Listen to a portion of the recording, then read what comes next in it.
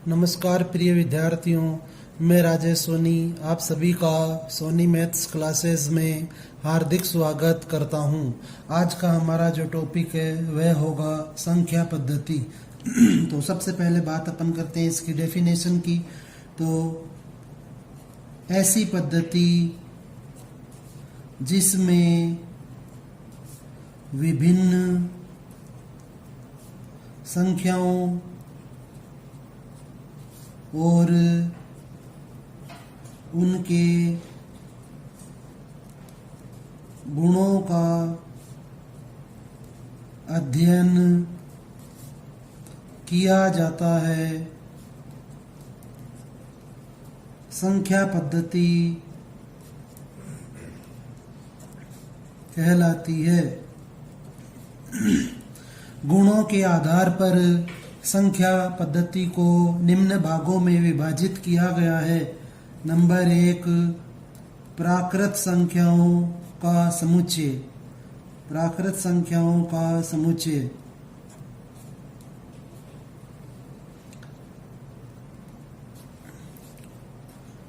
Natural numbers.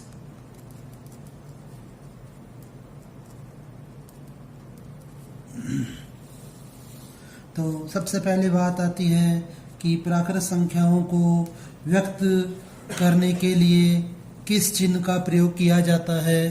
तो आपको मालूम होना चाहिए कि प्राकृत संख्याओं को अपन अंग्रेजी वर्णमाला के कैपिटल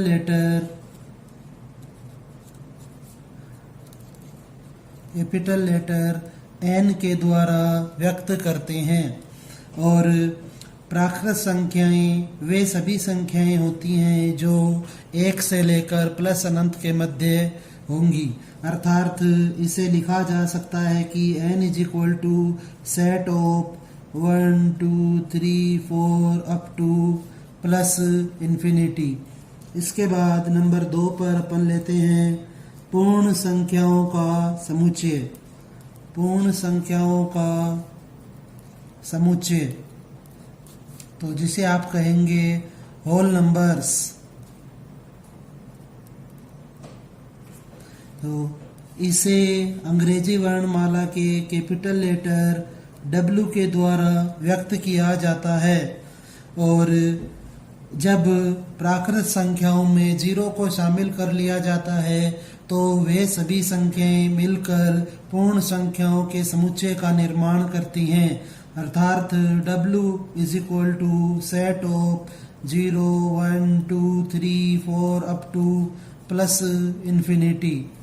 एक चीज जब आप यहाँ पर देख सकते हैं कि जो प्राकृत संख्याएं हैं वे सभी पूर्ण संख्याओं में शामिल है, इसलिए जो प्राकृत संख्याएं हैं वे पूर्ण संख्याओं का उपसमुच्चय होती हैं, जिसे आप लिखेंगे n is subset of W। यहाँ पर ये जो चिन्ह है यह उपसमुच्चय के लिए काम में लिया जाता है। इसके बाद नेक्स्ट नंबर 3 की बात करें अपन तो नंबर 3 पे लेंगे अपन पूर्णांक संख्याओं का समुच्चय। पूर्णांक संख्याओं का समुच्चय जिसे आप लिखेंगे इंटीजर नंबर्स। इंटीजर नंबर्स तो इसे अंग्रेजी वर्णमाला के कैपिटल लेटर Z के द्वारा व्यक्त किया जाता है। इसके बाद नेक्स्ट नंबर 2 यदि अपन बात करें तो Z के अंदर माइनस अनंत से लेकर प्लस अनंत तक की संख्याओं को शामिल किया जाता है। अर्थात Z जो समुच्चय होगा वह माइनस अनंत से लेकर प्लस अनंत तक की संख्याओं के समुच्चय को व्यक्त करेगा। तो इसे आप लिखेंगे माइनस अनंत से प्लस अनंत तक। बीच में कुछ एक संख्याएं और ऐड कर देते हैं अपन। तो इसके बाद अब आप यहाँ पर देख सकते हैं कि जो प्राकृत संख्याएं हैं वे एवं पूर्ण संख्याएं हैं वे सभी संख्याएं पूर्णांक संख्याओं के समुच्चय Z में शामिल है। इसलिए प्राकृत संख्याएं एवं पूर्ण संख्याएं पूर्णांक संख्याओं का उपसमुच्चय होती है, इसलिए इसे इस प्रकार से लिखा जाएगा कि n है वह उपसमुच्चय है z का, साथ ही साथ w है वह भी उपसमुच्चय है z का। अब आप यहाँ पर एक चीज और नोट करें कि जो पूर्णांक संख्याएं हैं उनमें कुछ धनात्मक संख्याएं एवं कुछ ऋणात्मक संख्याएं शामिल हैं, इसलिए इसे दो भागों में विभाजित किया जा सकता है। नंबर 1 धन पूर्णांक संख्याएं, नंबर 2 ऋण पूर्णांक संख्याएं। तो धन पूर्णांक संख्याओं को अपन z प्लस के द्वारा एवं ऋण पूर्णांक संख्याओं को z माइनस के द्वारा व्यक्त किया जाता है। और यहाँ पर जो धन एवं जो ऋण लिखे हुए हैं वे क्रमशः धनात्मक तथा ऋणात्मक संख्याओं को व्यक्त करते हैं। ऋण है वह ऋणात्मक संख्या को व्यक्त कर रहा है। इसके बाद नंबर 4 यदि अपन डिस्कस करें तो नंबर 4 पे अपन लेंगे परिमेय संख्याओं को। तो नंबर 4 होगा परिमेय संख्याओं का समुच्चय, परिमेय संख्याओं का समुच्चय जिसे रेशनल नंबर्स कहा जाता है।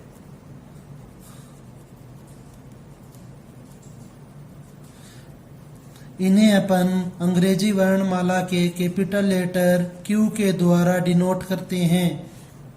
और परिमेय संख्याओं की जो परिभाषा है वह पहले से भी आप सभी को मालूम है और आप वापस से देख सकते हैं कि वे सभी संख्याएं जिन्हें P बटा Q के रूप में लिखा जाता है, परिमेय संख्याएं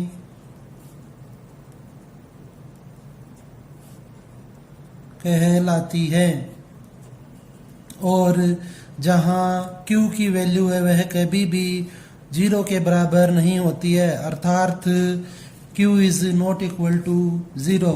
यदि अपन इसके कुछ एग्जाम्पल लेना चाहें तो वह इस प्रकार होंगे कि -5/3, -3/2, 4/7, 9/4 और भी यदि एग्जाम्पल लेना चाहें अपन तो 2, 3, 5 इत्यादि। तो अब आप यहाँ पर देख सकते हैं कि जो प्रथम 4 संख्याएं हैं वे P बटा Q के रूप में लिखी गई है, जबकि यदि अपन बात करें इन संख्याओं की 2, 3 और 5 की तो ये P बटा Q के रूप में नहीं है, लेकिन फिर भी ये परिमेय संख्याएं हैं क्योंकि इन्हें 2/1, 3/1 एवं 5/1 लिखा जा सकता है, इसलिए ये सभी भी परिमेय संख्याएं हैं। अतः यहाँ से एक बात निकल कर सामने आती है कि जो प्राकृत संख्याएं हैं वे, पूर्ण संख्याएं हैं वे एवं पूर्णांक संख्याएं ये सभी भी परिमेय संख्याएं होंगी, क्योंकि इन सभी के बटा में 1 लिखा जा सकता है। इसलिए जो n है वह उपसमुच्चय होगा Q का, साथ ही साथ W है वह भी उपसमुच्चय होगा Q का, और जो Z है वह भी उपसमुच्चय होगा Q का। अब आप यहाँ पर देख रहे हैं कि परिमेय संख्याएं भी धनात्मक अथवा ऋणात्मक हो सकती हैं, इसलिए इन्हें भी 2 भागों में विभाजित किया जाता है। नंबर 1 धन परिमेय संख्याएं, धन परिमेय संख्याएं। नंबर 2 ऋण परिमेय संख्याएं। तो जो धन परिमेय संख्याएं हैं उन्हें Q प्लस के द्वारा और ऋण परिमेय संख्याओं को Q माइनस के द्वारा व्यक्त किया जाता है। इसके बाद नंबर 5 अपन डिस्कस करते हैं, वह है अपरिमेय संख्याओं का समुच्चय।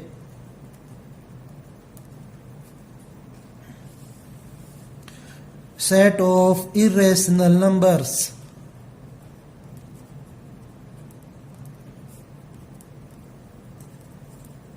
तो अपरिमेय संख्याओं की परिभाषा वह कुछ इस प्रकार से लिखी जा सकती है कि वे सभी संख्याएं जिन्हें P बटा Q के रूप में व्यक्त नहीं किया जा सकता है या नहीं किया जा सकता हो, अपरिमेय संख्याएं कहलाती हैं। अपरिमेय संख्याओं के उदाहरणों की यदि बात करें तो वे होंगे √2, √3, √5, √7 इत्यादि। अर्थात अभाज्य संख्याओं के वर्गमूल वे अपरिमेय संख्याओं में शामिल किए जाते हैं। इसके बाद आपको एक और विशेष बात का ध्यान रखना है यहाँ पर कि जो पाई है वह भी अपरिमेय संख्या होती है। पाई है वह अपरिमेय संख्या होती है, जबकि 22/7 है वह एक परिमेय संख्या है। और अपन सभी जानते हैं कि जो पाई का मान है वह 22/7 होता है। इसलिए इसमें यहाँ पर आपको कंफ्यूज नहीं होना है कि पाई तो अपरिमेय संख्या है जबकि 22/7 एक परिमेय संख्या है। इसके बाद नेक्स्ट आपको जो ध्यान में रखना है वह ये कि जो अशांत आवर्ती की जो संख्याएं होती हैं वे भी अपरिमेय संख्याओं में शामिल की जाती हैं, जैसे 0.2020002000 और ये संख्या है वो अप टू इन्फिनिटी है और यहाँ पर एक कोई निश्चित पैटर्न नहीं बन पा रहा है, इसलिए यह अपरिमेय संख्या है। इसी प्रकार एक और एग्जाम्पल यदि लेना चाहें तो 3.729832। तो इस प्रकार वे संख्याएं जिनमें जो आवर्ती है वह अशांत होती है उन्हें अपन अपरिमेय संख्याएं कहते हैं। इसके बाद यदि अपन नेक्स्ट संख्या डिस्कस करें तो वह होगी नंबर 6 और इसे अपन व्यक्त कर रहे हैं वास्तविक संख्याओं के लिए। वास्तविक संख्याएं या इन्हें आप कह सकते हैं रियल नंबर्स। तो वास्तविक संख्याओं की परिभाषा है वह कुछ इस प्रकार से दी जा सकती है कि सभी परिमेय संख्याएं एवं अपरिमेय संख्याओं को यदि किसी एक समुच्चय में लिख दिया जाए तो वह समुच्चय वास्तविक संख्याओं को व्यक्त करता है। अर्थात जो वास्तविक संख्याएं हैं वे बराबर होंगी परिमेय संख्या प्लस अपरिमेय संख्या। और जो वास्तविक संख्याएं हैं उन्हें अंग्रेजी वर्णमाला के कैपिटल लेटर R के द्वारा डिनोट किया जाता है। तो वास्तविक संख्याओं का जो समुच्चय है वह कुछ इस प्रकार होगा, जिसमें संख्याएं होंगी -अनंत से +अनंत तक, क्योंकि इसमें परिमेय एवं अपरिमेय संख्याएं शामिल है।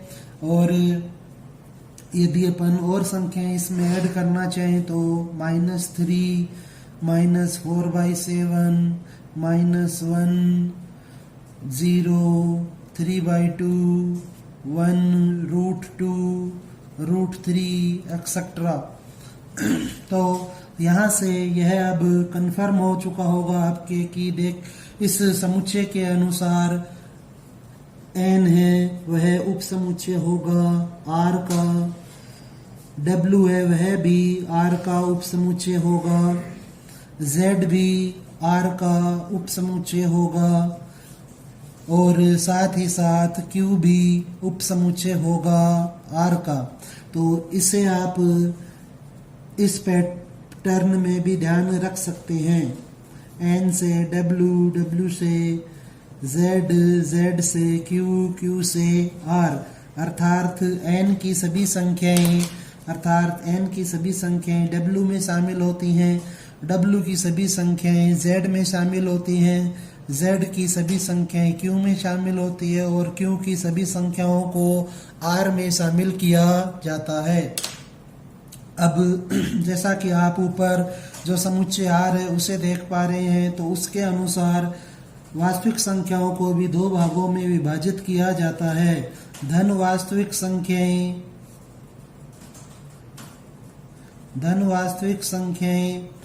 नंबर 2 ऋण वास्तविक संख्याएं।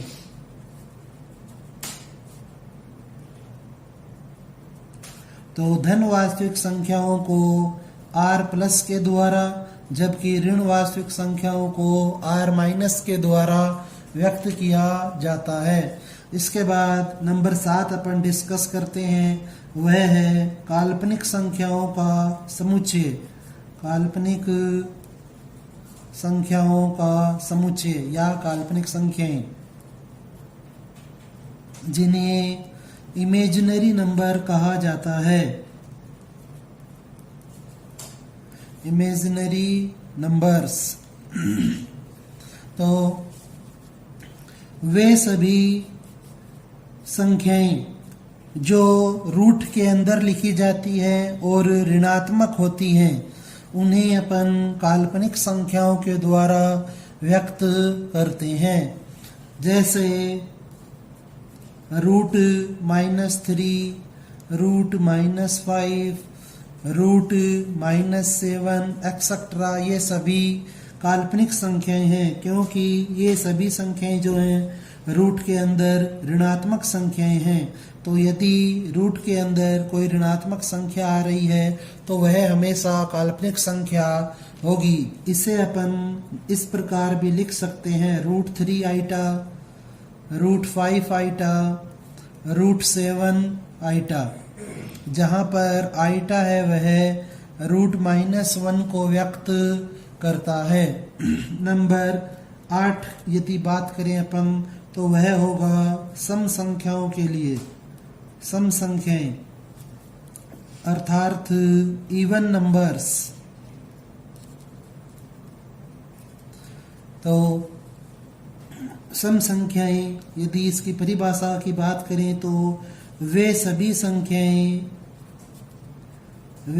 संख्याएं जिन्हें 2 से विभाजित किया जा सकता हो, सम संख्याएं कहलाती हैं। जैसे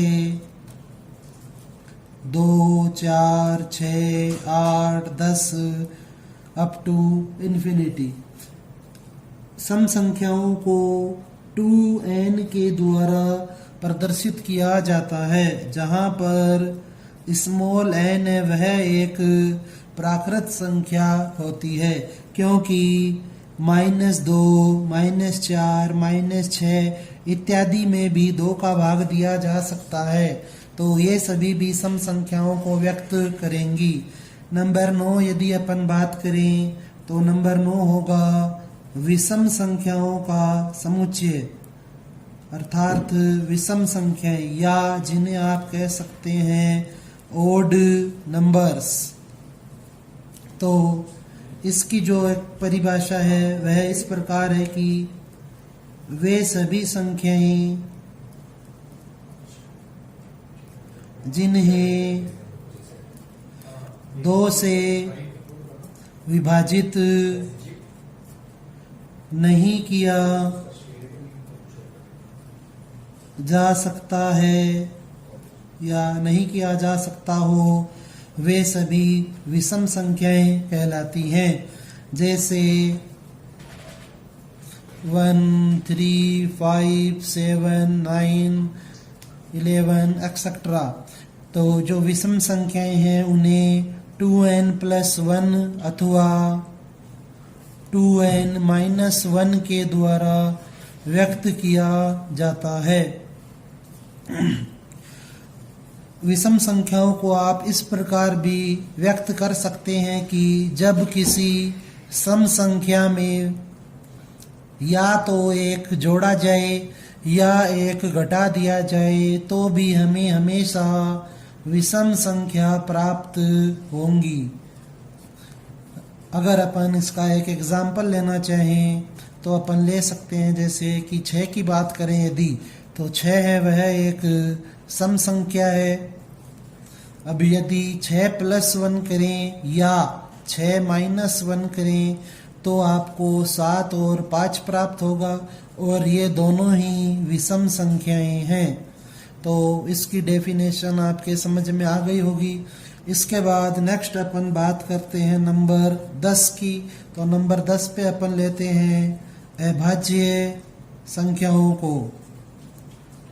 अभाज्य संख्याएं या प्राइम नंबर्स। तो इसकी जो परिभाषा है वह इस प्रकार से लिखी जा सकती है कि वे सभी संख्याएं जो या तो स्वयं से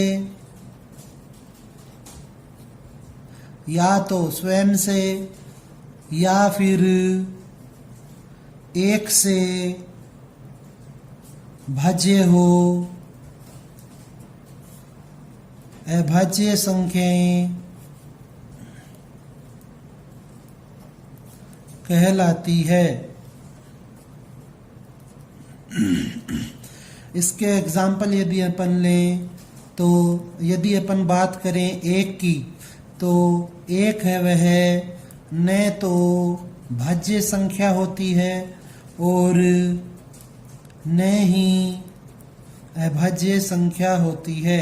तो आपको यह ध्यान रखना है, एग्जाम में भी पूछा जाता है कि जो 1 है वह भाज्य है अथवा अभाज्य है। तो 1 है वह न तो भाज्य है और न ही अभाज्य संख्या। इसके बाद यदि अपन बात करें नंबर 2 की, तो 2 है वह 2 के द्वारा और 1 के द्वारा भाज्य है, इसलिए यह अभाज्य संख्या है। इसके बाद नंबर 3 भी अभाज्य संख्या होगी। नेक्स्ट यदि अपन बात करें नंबर 4 की, तो नंबर 4 है वह अभाज्य संख्या नहीं है, क्योंकि 4 में 4 व 1 का भाग तो जाता ही है, लेकिन साथ ही में 2 से भी भाज्य है और परिभाषा के अनुसार यह गलत है, क्योंकि परिभाषा के अनुसार केवल वे ही संख्याएं अभाज्य संख्याएं होंगी जो या तो स्वयं से या 1 से भाज्य हो।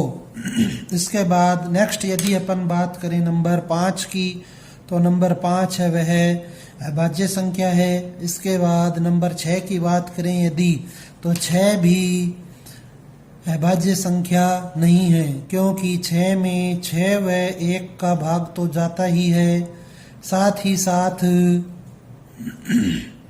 2 व 3 का भाग भी जाता है, इसलिए 6 भी अभाज्य संख्या नहीं है। अतः आप लिख सकते हैं कि अभाज्य संख्याएं हैं वे होंगी इस प्रकार से 2, 3, 5, 7, 11, 13, 17, 19 इत्यादि। ओके, धन्यवाद। नेक्स्ट लेक्चर में अपन नेक्स्ट टॉपिक डिस्कस करेंगे। धन्यवाद। इसको अच्छे से पढ़ें और कहीं कोई दिक्कत हो तो वापस से पूछ भी सकते हैं। धन्यवाद।